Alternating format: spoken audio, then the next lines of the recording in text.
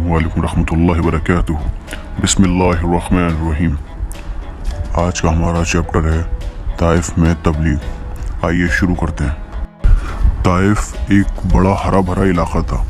पानी, साया, खेती, बाग, कुछ ठंडी आबो हवा। लोग बड़े खुशहाल थे और दुनिया परस्ती में बुरी तरह मगन।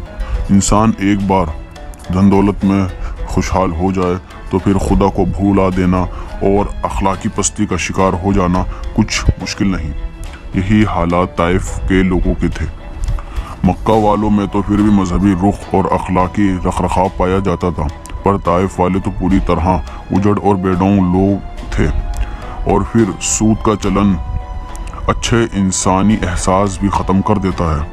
आप ताइफ पहुँचे तो पहले वकीला सकीफ़ के सरदारों से मुलाकात की। ये 3 भाई थे।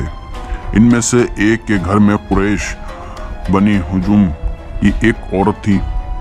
वह इससे एक तरह से लिहाजदारी की उम्मीद कर रहे थे। हुजूर सल्लल्लाहु अलैहि वसल्लम उनके पास जा बैठे, उनको बड़े अच्छे ढंग से अल्लाह का पैगाम सुनाया, अपनी दावत रखी और उन्हें हक़ के मामले में हिमायत करने को कहा। जब जनाब सल्लल्लाहु अलैहि वसल्लम ने उन्हें हिदायत दी तो उनके जवाब सुनिए क्या थे। एक बोला, अगर वाकई खुदा ने तुमको भेजा है तो फिर वह काबे का गिलाफ नचवाना चाहता है। दूसरा बोला, अरे क्या खुदा को तुम्हारे अलावा रिसालत के लिए कोई बेहतर मुनासिब आदमी ना मिल सका। तीसरे ने कहा, खुदा की कसम मैं तुमसे बात भी ना करूँगा, क्योंकि अगर तू अपने कहने के मुताबिक वाकई अल्लाह का रसूल है तो फिर मुझ जैसे आदमी को जवाब देना अदब के सख्त खिलाफ है, और अगर तुमने खुद पर झूठ गढ़ा है तो इस काबिल नहीं हो कि तुमसे बात की जाए। जहर में बुझे हुए तीर थे जो आपके सीने में जुबानी घुसाए जा रहे थे। आपने अपने दिल पर ये सारे जख्म सह लिए और उनके सामने आखिरी बात ये रखी कि तुम अपनी ये बात अपने तक ही रखो और कम से कम दूसरे लोगों को ठोकर खाने की वजह ना बनो। मगर उन्होंने अपने यहाँ की घटिया और बाजारी भीड़, नौकरों और गुलामों को उकसाकर आपके पीछे लगा दिया कि जाओ और इस शख्स को बस्ती से निकाल कर बाहर करो। एक झुंड का झुंड आपके आगे पीछे हो गया। ये लोग गालियां देते, शोर मचाते और पत्थर मारते थे। पत्थर ताक ताक कर टखनों की हड्डियों पर मारते ताकि ज़्यादा तकलीफ पहुंचे। हुजूर सल्लल्लाहु अलैहि वसल्लम जब निढाल हो जाते तो बैठ जाते, लेकिन ताइफ के गुंडे आपको बाजू पकड़कर उठा देते और फिर टखनों पर पत्थर मारते और तालियां बजा बजा कर हंसते।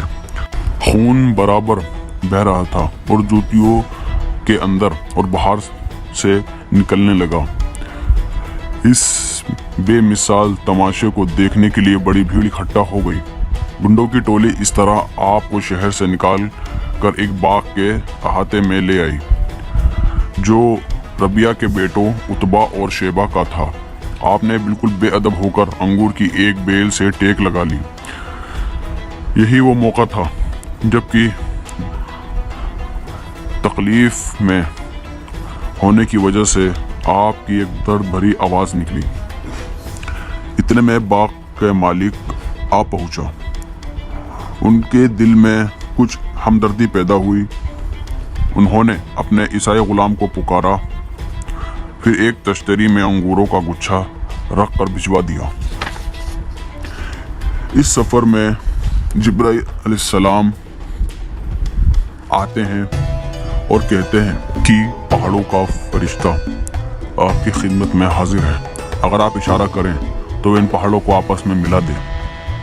लेकिन नबी सल्लल्लाहु अलैहि वसल्लम ने उन्हें यह करने से मना कर दिया, क्योंकि वो जानते थे कि ये तो नहीं लेकिन इनके आने वाली नस्ल इस्लाम में दाखिल होने वाली है। हमारे नबी सल्लल्लाहु अलैहि वसल्लम ने इतनी परेशानी और तकलीफ उठाकर इस्लाम को फैलाया है और ये हम पे भी फ़र्ज़ बनता है कि हम भी इस्लाम की दावत दुनिया में फैलाएं। अल्लाह कहना सुनना अदा करने की तौफीक अता फरमाए। आमीन। उम्मीद आपको मेरी वीडियो पसंद आएगी। इंशाअल्लाह अगली वीडियो में आपसे फिर मुलाकात होगी। अपना ख्याल रखिएगा। अल्लाह हाफ़िज़।